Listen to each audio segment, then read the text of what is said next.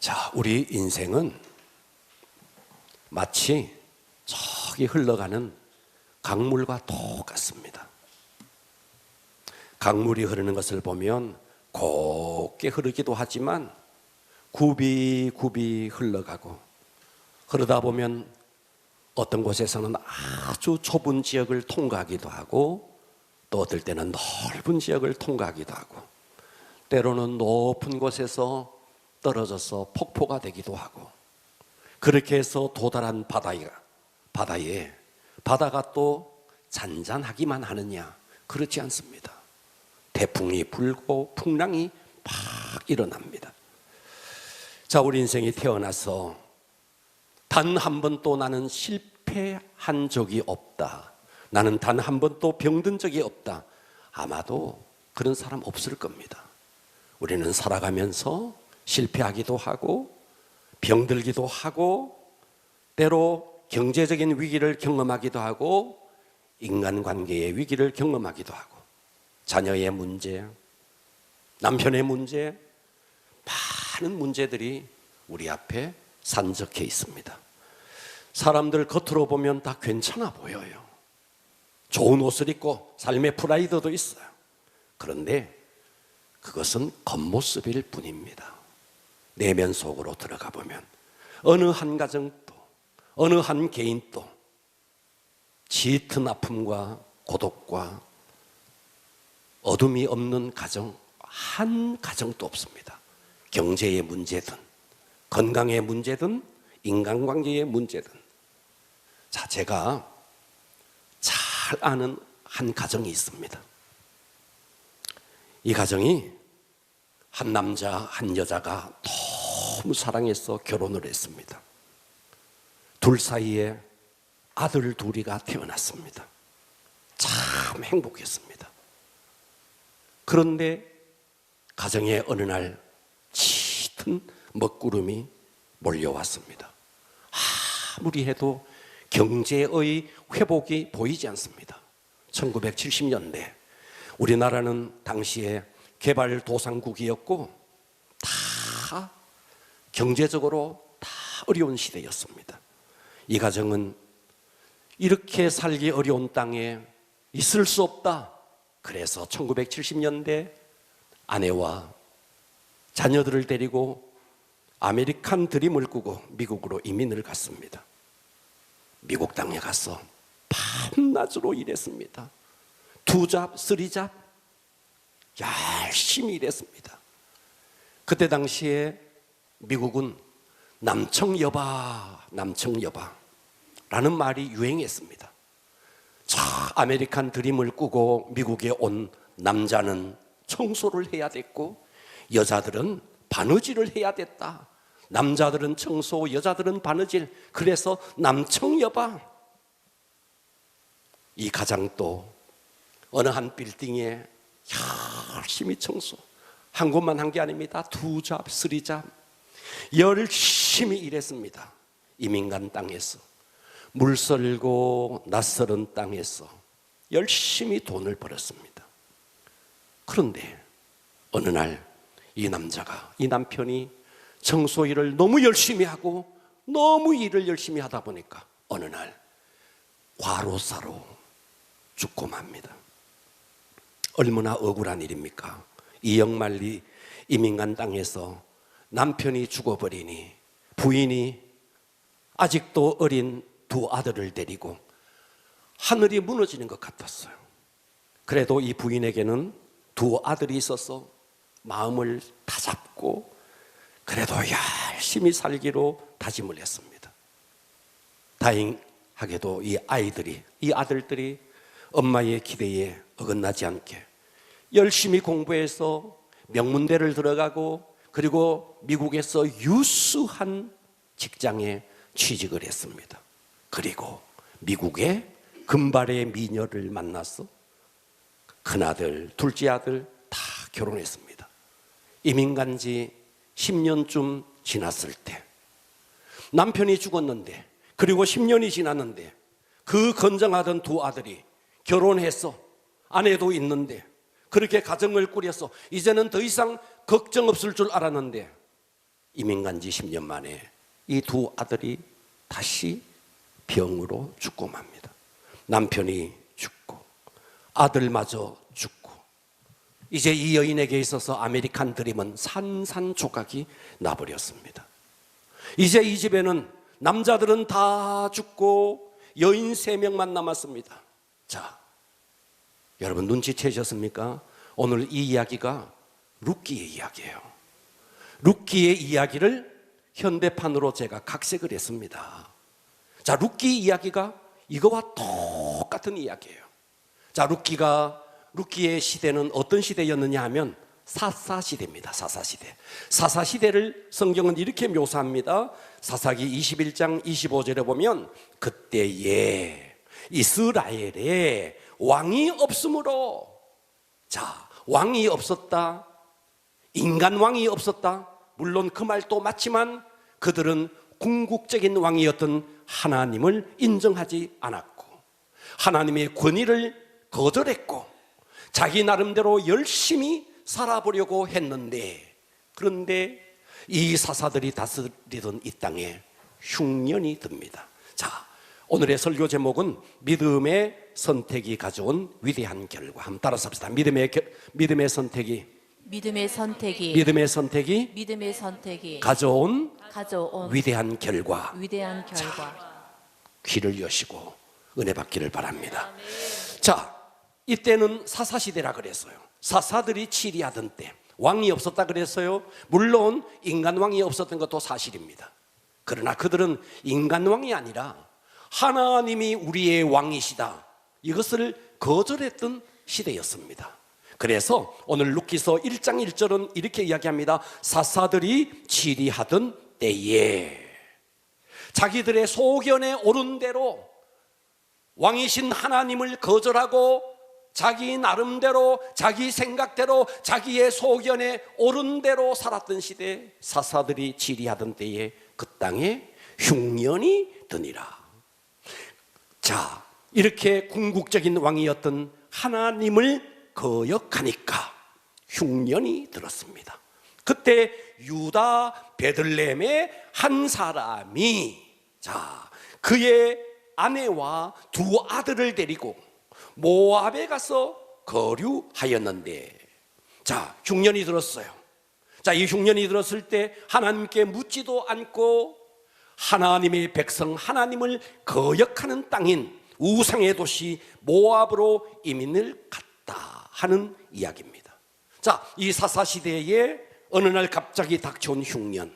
하나님은 하나님의 백성들에게 때로는 하나님께서 가슴 아프지만 때로는 하나님께서 우리에게 징계를 내릴 때가 있습니다. 자, 히브리서 12장 8절은 이렇게 말합니다. 사랑하시기 때문에 하나님을 거역하는 자를 향해서 때로는 하나님께서 징계의 채찍을 들 때가 있습니다. 징계는 다 받는 것이거늘 너희에게 그 징계가 없으면 사생자요 친아들이 아니니라. 그렇습니다. 우리가 남의 아들, 남의 자식을 징계하지 않습니다. 내 자식이니까, 어긋난 땅 길로 갈 때 내 자식이니까 사랑하기 때문에 우리는 징계할 수 있다. 9절, 또 우리 육신의 아버지가, 그렇죠, 우리가 육신의 아버지가 우리를 징계하여도 공경하였거든 하물며 모든 영의 아버지께 더욱 복종하며 살려하지 않겠느냐. 그들은 육신의 아버지를 말합니다. 그 육신의 아버지들은 잠시 자기의 뜻대로 우리를 징계하였거니와 오직 하나님은 자기 뜻대로가 아니라 우리의 유익을 위하여, 할렐루야, 하나님은 우리의 유익을 위하여 우리로 하여금 하나님의 그의 거룩하심에 참여하게 하기 위해서 때로 우리에게 징계를 한다는 거예요. 그래서 이어지는 11절은 무릇 징계가 당시에는 즐거워 보이지 않고, 그렇죠, 우리가 징계받을 때 누가 즐거워하겠어요? 즐거워하지 않고 슬퍼 보이나 후에 그로 말미암아 연단 받은 자들은 의와 평강의 열매를 맺느니라. 자, 우리가 인생을 살아가다 보면 이해되지 않는 사건을 만나기도 합니다. 왜 이런 일이 내게 일어났을까? 왜 우리 가정에 이런 질병의 문제가 찾아왔을까? 왜 우리 가정에는 사업이 흔들릴까? 왜 내 자녀들은 저렇게 문제 속에 허덕일까? 왜 내 삶의 건강에 적신호가 켜졌을까? 자, 여러분, 인생의 역경은, 인생의 고난은 세상에서 하나님을 믿지 않는 불신자들에게만 일어난다고 생각하면 안 됩니다. 믿는 자에게도 얼마든지, 성경을 보세요. 아브라함에게도, 이삭에게도, 야곱에게도, 그의 아들 요셉에게도 고난이 있었습니다. 그런데 우리가 분명히 알아야 될 것은, 때로 우리의 삶의 고난, 때로 우리의 삶의 여러 가지 환난, 역경이 온다 할지라도 이것은 하나님께서 우리를 버리는 것이 아니라는 거예요. 여러분, 자녀가 혹시 잘못된 길로 갈 때 그 부모가 자녀에게 때로 징계합니다. 자녀가 미워서가 아니에요. 자녀를 사랑하기 때문에 올바른 길로 인도하기 위해서, 하물며 우리의 영의 아버지께서 우리가 잘못된 길로 갈 때 하나님은 우리로 하여금 하나님의 그 거룩하심에 참여하게 하기 위해서 징계의 채찍을 든다는 것입니다. 그러니까 징계의 목적은 고통이 아니고 징계의 목적은 회복입니다. 징계의 목적은 징계 자체가 아니고 우리를 사랑하시는 하나님의 또 다른 방법인 것입니다. 징계를 통해서 우리의 교만이 꺾어지고, 징계를 통해서 우리가 죄에서 돌이키고, 징계를 통해서 우리가 성숙의 길로 나간다면 징계는 우리에게 유익한 것입니다. 자, 제가 좀 전에 아메리칸 드림을 꿈꾸었던 그 가정 이야기, 자, 성경의 본문의 1절을 다시 보십시오. 사사들이 치리하던 때에 그 땅에 흉년이 드니라. 유다 베들레헴의 한 사람이 그의 아내와 두 아들을 데리고 모압 지방에 가서 거류하였는데, 그 사람의 이름은 엘리멜렉이요 그의 아내 이름은 나오미더라. 자, 나오미입니다. 그의 두 아들의 이름은 말론과 기론이니 유다 베들레헴 에브랏 사람이더라. 그들이 모압 지방에 들어가서 거기 살더니, 제가 좀 전에 말씀드린 것처럼 아메리칸 드림을 꾸고 미국으로 갔습니다. 3절, 나오미의 남편 엘리멜렉이 무슨 영혼인지는 모르겠어요. 성경이 밝히지 않으니까 무엇 때문에 죽었는지는 모르겠어요. 어쨌든 나오미의 남편 엘리멜렉이 죽고 나오미와 그의 두 아들만 남았습니다. 4절, 그들은 모압 여자 중에서 그들의 아내를 맞이하여 두 아들이 결혼했습니다. 아내를 맞이하였는데 하나의 이름은 오르바요 하나의 이름은 룻이더라. 그들이 거기에 거주한 지 10년쯤. 자, 10년쯤 지났을 때 말론과 기론, 나오미의 두 아들 말론과 기론 두 사람이 또 무슨 연유인지는 모르겠지만 이 두 아들조차 죽고, 그 여인은 두 아들과 남편 뒤에 이제 며느리 둘과 함께 남게 됩니다. 자, 여기에 나오미라는 여인, 베들레헴 땅에 흉년이 들자 도피를 선택했습니다. 자, 여기서 베들레헴이라는 뜻은 떡집이다, 이런 뜻이에요.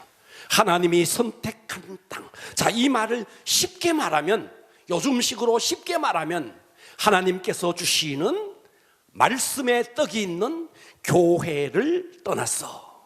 그래서 자기의 육신의 욕망대로 살기 위해서 자기의 육신의 풍요를 따라서 교회를 떠나갔다, 이렇게 적용할 수 있는 것입니다. 아마도 이들은 경제적으로 더 풍요롭기 위해서 도피를 했습니다. 그런데 도피해서 간 그 모압 땅에서 남편이 죽고 두 아들마저 죽고 이제 세 여인만 남게 되었습니다.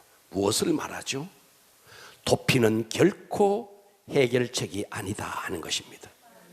삶의 안락을 찾아서 삶의 근원이 되는 하나님을 떠나서 그저 물질의 풍요를 쫓아가는 것은 결코 해결 방법이 아니다는 것입니다. 거기에 더 큰 고통이 기다리고 있었습니다. 집안의 가장이었던 남편이 죽고 두 아들마저 죽었던 그 상실의 세월, 그것을 경험했던 것이 바로 이 엄청난 비극의 주인공이 나오미다 하는 겁니다. 여기서 우리가 잊지 마셔야 될 것이, 자, 베들레헴 땅에 흉년이 들었을 때 모압 지방으로 이주를 간 사람이 많은 사람이 이주 갔느냐? 그렇지 않습니다. 대부분의 사람은 흉년이 들었지만 거기에서 견뎌내고 베들레헴 땅에 머물러 살았습니다. 그런데 유독히 엘리멜렉과 나오미와 그의 두 아들만 베들레헴을 떠나서 모압으로 갔다는 겁니다. 그것이 만일 우리가 모압으로 이민을 가는 것이 하나님의 뜻이라면 갈 수 있습니다. 옮겨야 되겠죠. 그러나 이들은 하나님 앞에 이것이 하나님의 뜻인지도 묻지도 않았습니다. 단지 인생의 풍요를 찾아서 흉년이 들었다는 이유로 현재의 고난을 모면하기 위해서 떠나간 그곳에 더 큰 불행이 기다리고 있었습니다. 자, 우리의 삶에 어떤 고난이 올 때 이 고난을 대처하는 방법은 사람마다 다 다릅니다. 어떤 사람에게 고난이 왔을 때 고난을 피해서 가는 사람이 있는가 하면 그 고난의 문제를 하나님 앞에 묻고 정면으로 그 고난을 돌파하는 사람도 있습니다. 자, 구세군의 창설자 윌리엄 부스라는 사람이 있는데, 자, 이 사람이 지난 세기에, 이 사람은 영국 사람입니다. 영국 사회 도덕적 혁명을 위해서 한 시대를 흔들어 깨웠던 사람. 곳곳에 가면 구세군 교회들이 있고 그 성탄절이 되면 구세군들 자선 낭비를 하는 그 단체입니다. 이것을 창설했던 윌리엄 부스, 이 사람 엄청난 신앙의 거인이었습니다. 그런데 그의 나이 80이 되었을 때 눈이 조금 흐릿해서 병원을 갔는데 의사가 이렇게 진단을 내립니다. 이제 당신은 멀지 않아서 시력을 완전히 잃게 될 것입니다. 자, 이 이야기를 윌리엄 부스가 들은 게 아니라 아들이 들었습니다. 그래서 아들이 아버지에게 이 소식을 전하기 위해서 병실에 누워 계시는 아버지의 병실 문을 놓고 합니다. 그리고 차마 떨어지지 않는 말을 아버지에게 합니다. 아버지, 이제 아버지는 조만간에 아무것도 보지 못한답니다. 그때 이 윌리엄 부스는 가만히 눈을 감고 있다가 다시 눈을 떠서 아들을 가만히 쳐다보다가 이렇게 이야기했습니다. 이제 내가 너의 얼굴도 볼 수 없겠구나. 내가 지금까지는 두 눈을 뜨고 하나님의 뜻을 어떻게 행할 것인지를 물었다면 이제는 시력을 잃은 채 보이지 않는 채 하나님의 뜻이 어디에 있는지, 내가 무엇을 통해서 하나님의 영광을 이루어드려야 될지를 하나님께 물어야겠다. 참 오고 가는 세대 속에 여러분, 고난이 없는 사람이 어디 있어요? 이 사람은 고난이 있었지만 그 고난을 하나님의 뜻을 물었고 그 고난 속에서도 하나님의 뜻을 어떻게 행할 것인가, 그것을 물었던 사람입니다. 윌리엄 부스는 시력을 이제 완전히 잃어버리고 정말 흑암천지, 깜깜한 아무것도 볼 수 없는 상황 속에서 그를 찾아오는 사람들에게 여전히 그리스도 안에 있는 기쁨과 감격을 나누어 주었습니다. 여러분, 우리가 단지 행복을 위해서, 단지 인생의 안락을 위해서, 더 풍요를 위해서 하나님을 떠나가는 것은 명백한 잘못입니다. 할렐루야. 오늘 여러분들이 몸뚱아리는 교회에 머물러 있지만 마음이 교회를 떠나지는 않습니까? 몸뚱아리는 예배를 드리지만 여러분의 마음은 혹시 하나님을 떠나지 않습니까? 여러분, 떠나가는 것이, 그것이 해결책처럼 보이지만 결코 해결책이 아니라는 것을 명심하시기 바랍니다. 할렐루야. 자, 믿음의 선택이 가져온 위대한 결과 두 번째입니다. 두 번째는 그 고난 속에서 이 남아있던 이 세 여인들이 결단을 하게 됩니다.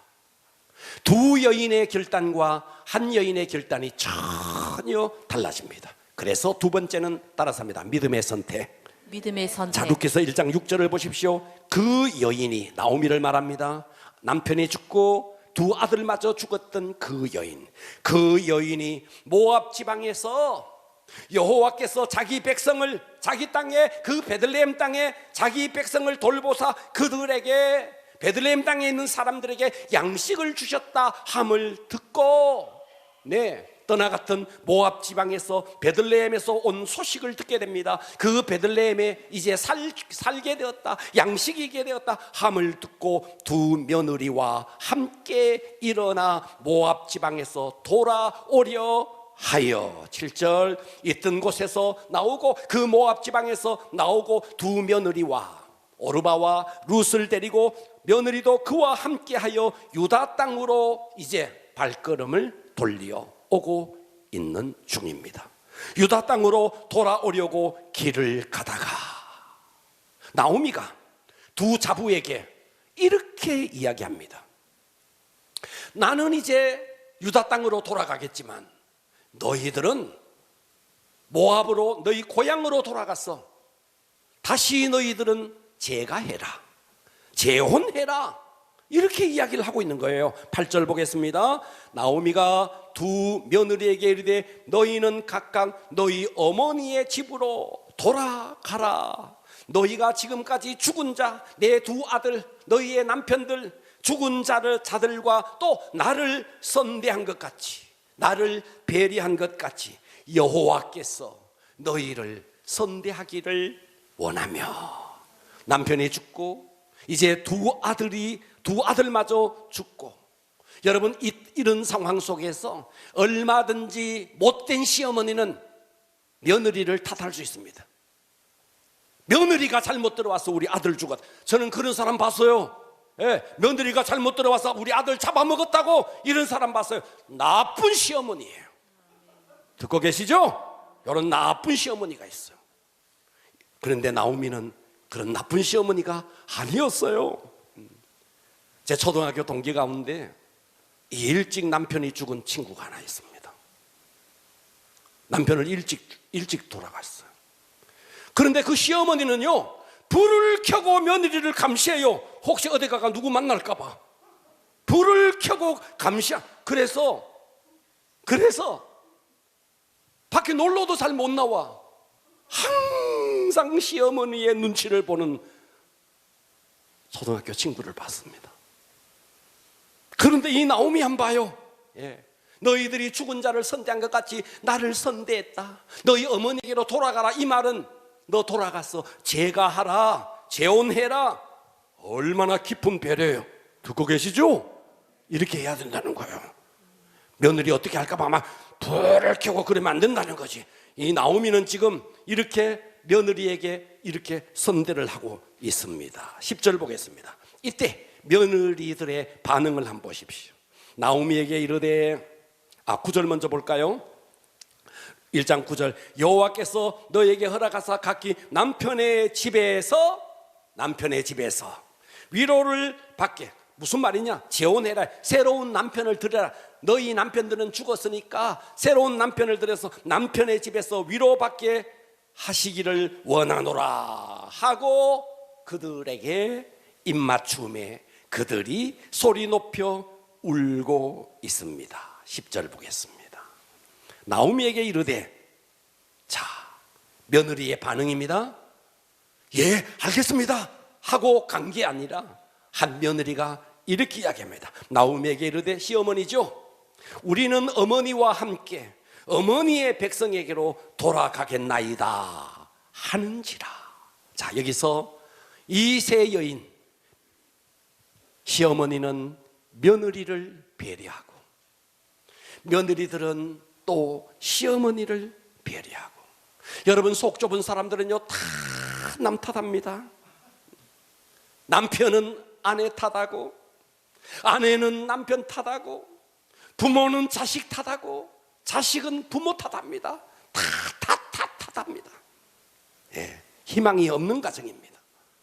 그런데 반대로 나오미와 그리고 이 며느리들을 한 봐요.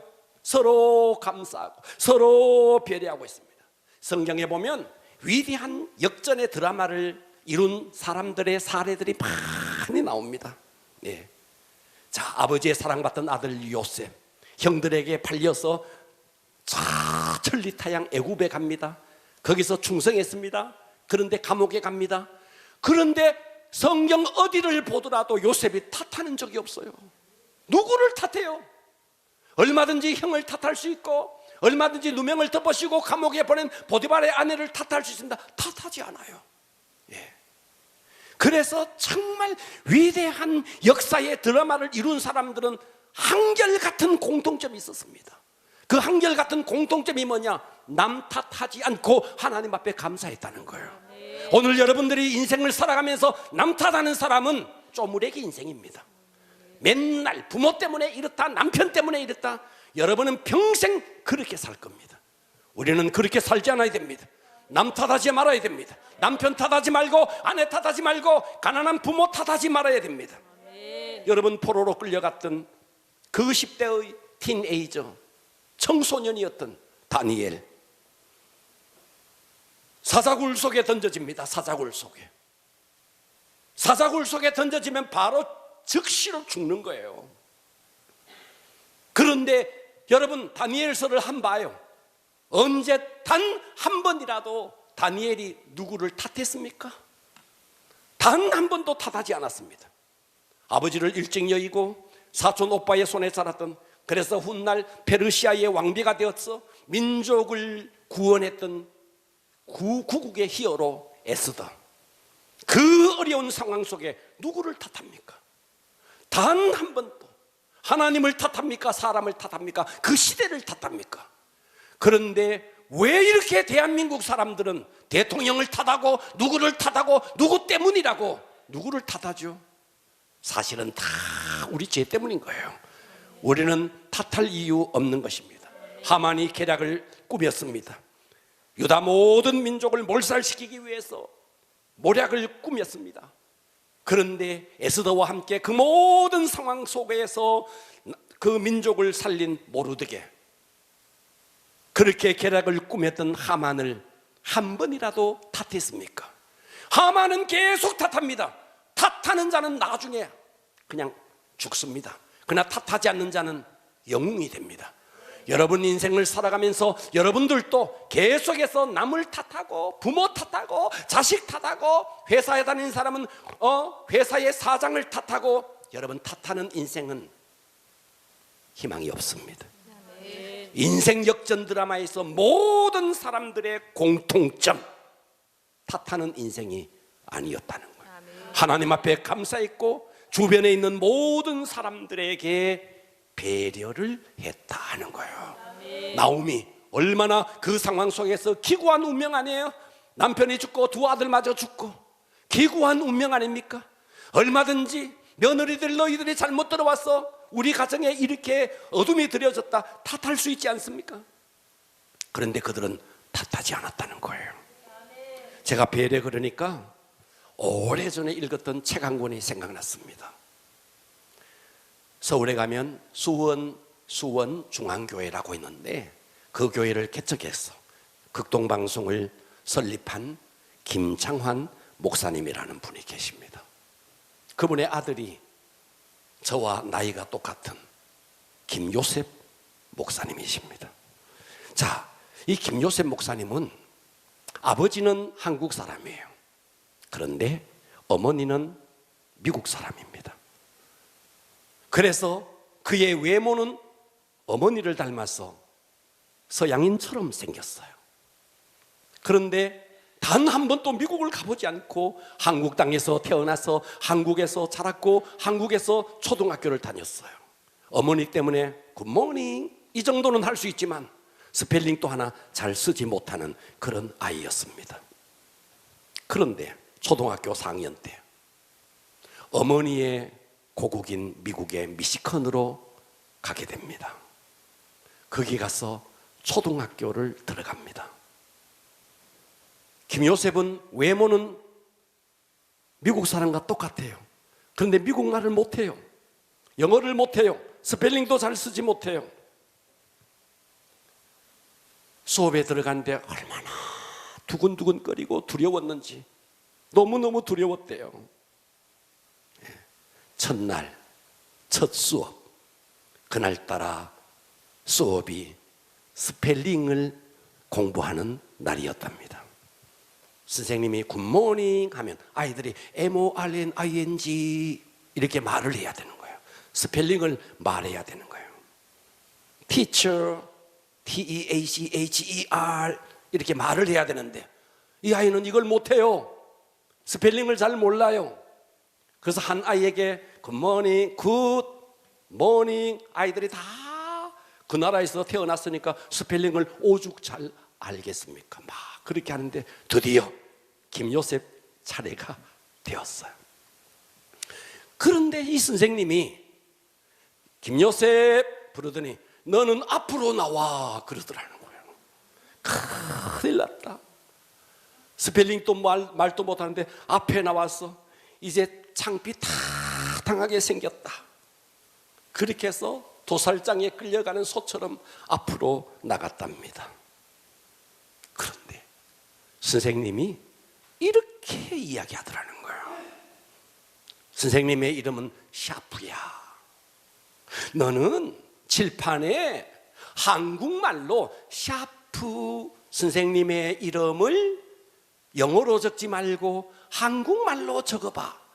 이야, 이 아이는 초등학교 4학년, 초등학교 4학년짜리가 4학년 정도가 되면 한국말을 쓰는 거, 그것도 이름 딸랑 하나, 이거는 누워서 떡 먹기지. 듣고 계시죠? 누워서 떡 먹기지. 그래서 얼른 샤프 그랬더니 그 아이들이 막 탄성이 막 터져 나오는 거예요. 샤프, 우와, 요셉이는 한국말로 샤프를 쓸 수 있구나. 그래서 탐이란 자가 나오더니 요셉, 내 이름은 탐이야. 탐 좀 서줘봐. 탐. 여자아이가 나오더니 내 이름은 메리야. 내 이름 좀 서줘봐. 또 어떤 아이가 나, 내 이름은 수잔이야. 내 이름 좀 써줘봐. 그래서 탐, 수잔, 이름을 딱 쓰니까 아이들이 막 박수, 갈채가 막 쏟아졌습니다. 감탄사가 연발해서 나왔습니다.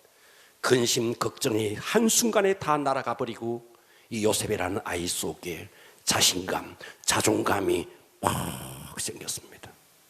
선생님이 이렇게 말했습니다. 얘들아, 요셉은 말이야, 요셉은 한국말 잘하지. 선교사가 되려면 너희들도 외국말을 하나쯤 할 수 있어야 돼. 수업이 끝났어요. 다른 반 아이들이 막 몰려왔어요. 요셉, 내 이름도 한국말로 좀 적어줘. 아예 이 아이가 학교 정교에서 완전히 영웅이 됐어요. 스타가 됐어요. 영어를 쓰는 나라에서 영어를 말하지 못할 뻔했던 이 아이가 영어를 쓰는 나라에서 한국말을 잘하는 아이로 딱 선생님의 단 한 번의 배려로 이 아이는 그 나라에서 영웅이 되었고 자신감을 갖게 되었고 후일 영어를 정식적으로 배웠고 대학에 들어가서 4년 내내 장학금을 받았고 시카고 트리니티 대학교에서 기독교 교육학의 최연소 박사 학위를 받았고 한국으로 돌아와서 수원 중앙초등학교 기독초등학교를 설립했고 그 모델을, 그 선생님을 통해서 그 모델을 생각했고 혼혈아라는 열등감이 한순간에 다 날아갔고 있는 모습 그대로가 아름다운 것이다 라는 것을 강력한 메시지 딱 한 번. 선생님의 배려. 그래서 그런 훌륭한 일꾼을 만들어냈습니다. 우리는 단 한 번 우리가 마음을 상하게 하고 우리가 배려하지 않음으로 말미암아 자존감에 상처를 입힐 때 정말 아름답게 커야 할 그런 사람들이 얼마나 자존감에 상처를 입는지 모릅니다. 여러분, 오늘 여기 두 며느리 그리고 시어머니 서로를 배려하는 이 아름다운 가정을 보십시오. 자, 이렇게 배려했는데 오르반은 어떻게 선택하는가를 보겠습니다. 룻기 1장 14절, 그들이 소리 높여 다시 울더니 오르반은, 며느리 중에 한 며느리 오르반은 그의 시어머니에게 입맞추되, 입맞췄다는 말은 영어로 하면 굿바이, 일본어로 하면 사요나라. 이제 나는 가겠다, 이런 말이에요. 자, 우리들 가운데, 여러분들 가운데 어떤 연유에서 이 자리에 나오셨는지 모르겠지만 이 오르반은 하나님께로 나갈 뻔하다가 다시 우상의 나라로 돌아간 것의 모델입니다. 오늘 여러분들 가운데 하나님을 믿기 위해서 나왔는데 어떤 연유에서인지 모른 채 안녕, 바이바이, 사요나라 하는 것과 똑같습니다. 여러분, 이 오르반은 그리고 그 이후에 오르바의 이름은 한 번도 언급되지 않습니다. 여러분, 교회는요 항상 알곡과 가라지가 공존합니다. 누가 알곡인지 누가 가라지인지 평소 때는 모릅니다. 언제 아는데 위기의 순간이 돼봐야 충신과 간신을 구분할 수 있듯이 알곡과 가라지는 위기의 때 그때 분별할 수 있습니다.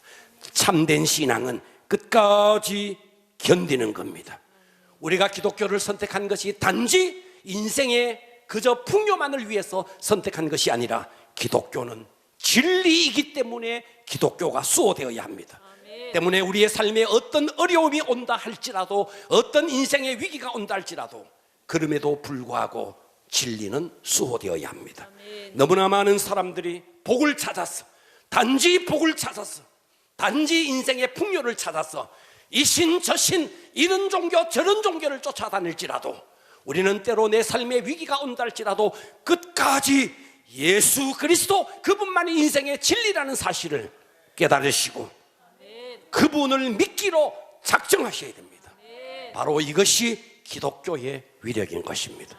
자, 그렇다면 이 오르반은 그렇게 해서 또다시 우상의 나라로 떠나가 버렸습니다. 그렇다면 룻은 어땠을까요?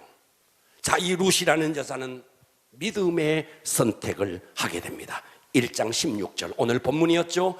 룻이 이르되 내게 어머니를 떠나며 어머니를 따르지 말고 돌아가라, 저 친정으로 돌아가라, 강권하지 마옵소서. 어머니께서 가시는 곳에 나도 가고 어머니가 가시는 그 유다 땅 베들레헴 땅에 나도 가고 어머니께서 머무시는 곳에 나도 머물겠나이다. 어머니의 백성이 나의 백성이 되고 어머니의 하나님이 나의 하나님이 되시리니 어머니께서 죽으시는 곳에서 나도 죽어 거기 묻힐 것이라. 만일 내가 죽는 일 외에 어머니를 떠나면 여호와께서 내게 벌을 내리시고 더 내리시기를 원하나이다. 이 엄청난 믿음의 고백을 한 이 룻을 보십시오. 룻은 단지 시어머니를 선택한 게 아니에요. 시어머니가 믿는 하나님을 선택한 것입니다. 이 룻은 그 선택으로 말미암아 굉장히 많은 것들을 잃어버렸습니다. 룻기 1장 14절을 다시 보십시오. 그들이 소리를 높여 다시 울더니 오르반은 그의 시어머니에게 입을 맞추고 그 친정으로 돌아갔습니다. 그러나 룻은 그를 시어머니를 붙쫓았더라. 붙쫓았다라는 말은 전인적으로 마음과 뜻과 힘을 다해서 시어머니를 따랐다 이 말이에요. 할렐루야. 그 상실의 한가운데서 믿음을 선택했던 이 룻이라는 여인. 자, 우리는 어떤 위기가 오더라도 이런 믿음의 선택을 하셔야 합니다. 그렇다면 세 번째, 이 믿음의 선택이 가져온 결과는 과연 어떨까요? 보겠습니다. 룻이 베들레헴으로 이제 시어머니와 함께 베들레헴으로 돌아온다고요? 돌아왔어요? 자, 성경을 봅니다. 룻기 2장 10절에 보면 룻이 엎드려. 자, 이 룻은요 돌아왔는데 땅도 없어요. 아무것도 없어요. 그래서 그 돌아온 베들레헴 땅에 풍년이 들었어요. 그래서 이 룻은 시어머니를 봉양하기 위해서 들로 나갑니다. 들로 나가서 누구 밭인지도 모르지만 그 밭에 가서 이삭을 주어요. 이삭을 주어서 그 이삭을 가지고 그 시어머니를 봉양하기 위해서 들로 나갑니다. 이삭을 줍기 위해서. 그런데 이삭을 죽기 위해서 들로 나가는데 여기에서 운명적인 만남을 가지게 됩니다. 10절 봅니다. 룻이 엎드려 얼굴에 얼굴을 땅에 대고 절하며, 어느 집인지 모르는데 어떤 한 남자가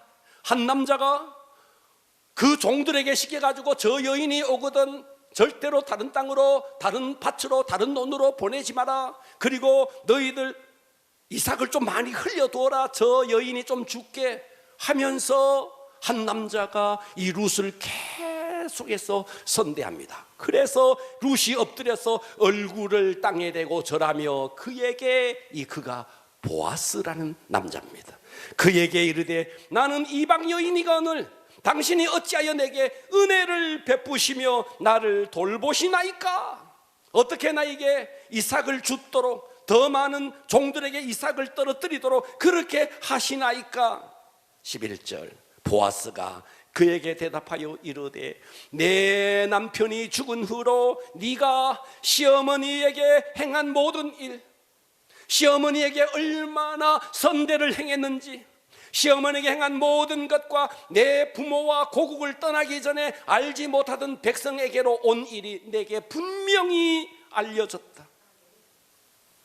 이 룻의 선행, 룻의 배려, 룻이 그 시어머니를 선대한 그 모든 것이 나에게 분명히 알려졌다. 12절 여호와께서 네가 행한 일에 보답하기를 원하시며 이스라엘의 하나님 여호와께서 그 하나님의 날개 아래 보호를 받으러 온 내게 온전한 상 주시기를 원하노라. 할렐루야. 하나님의 품에 온 그녀, 하나님의 날개 아래 보호받기 위해서 온 너, 하나님께서 너에게 온전한 상을 베풀어 주기를 원하노라.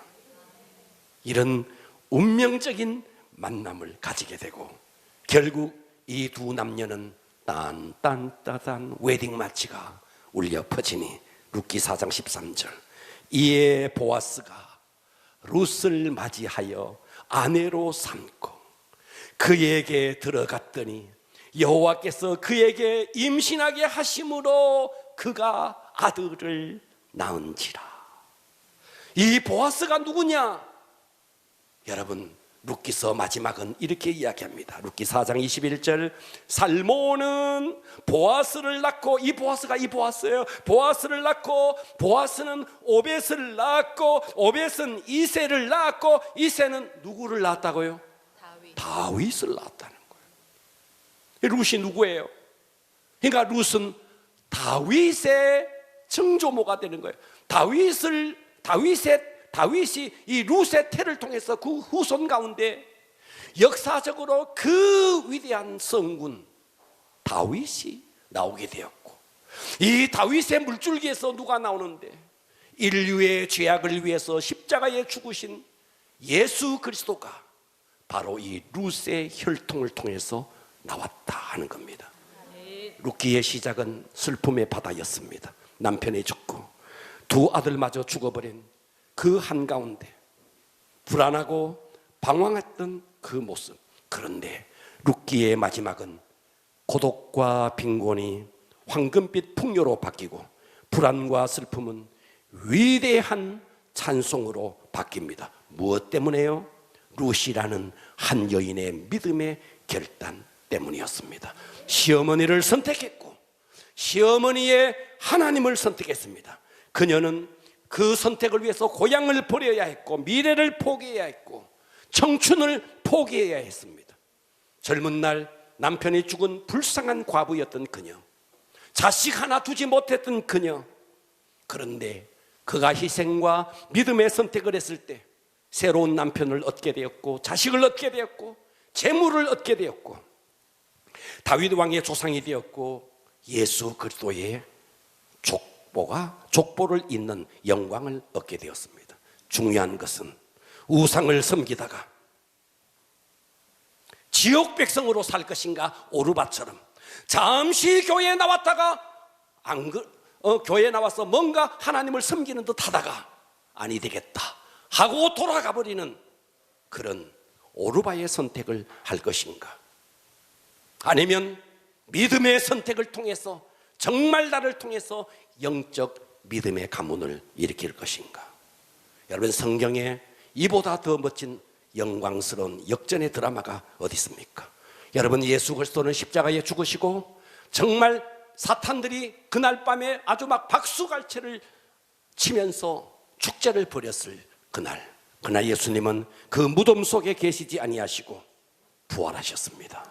오늘 여기에 이스라엘의 가장 혼란했던 암흑시대에 정말 흰 장미처럼 피어났어 시대를 밝히고 역사를 밝힌 믿음의 선조, 우리는 이 룻기서를 향해서 그랬구나, 그저 이 룻이라는 한 여자가 그저 제가 해가지고 그랬구나가 아니라 어떤 위기 속에서도 믿음의 선택을 한 자의 결과는 이런 것이구나 하는 것입니다. 삶은 선택입니다. 선택하기에 따라서 위대한 기회가 될 수도 있고, 때로는 삶을 선택하다 보면, 어떤 선택을 하다 보면 굉장히 고통이 올 수도 있습니다. 예수 그리스도는 우리를 위해서 십자가를 선택했습니다. 그 결과 그 앞에 있는 즐거움, 영광스러운 부활이 있었습니다.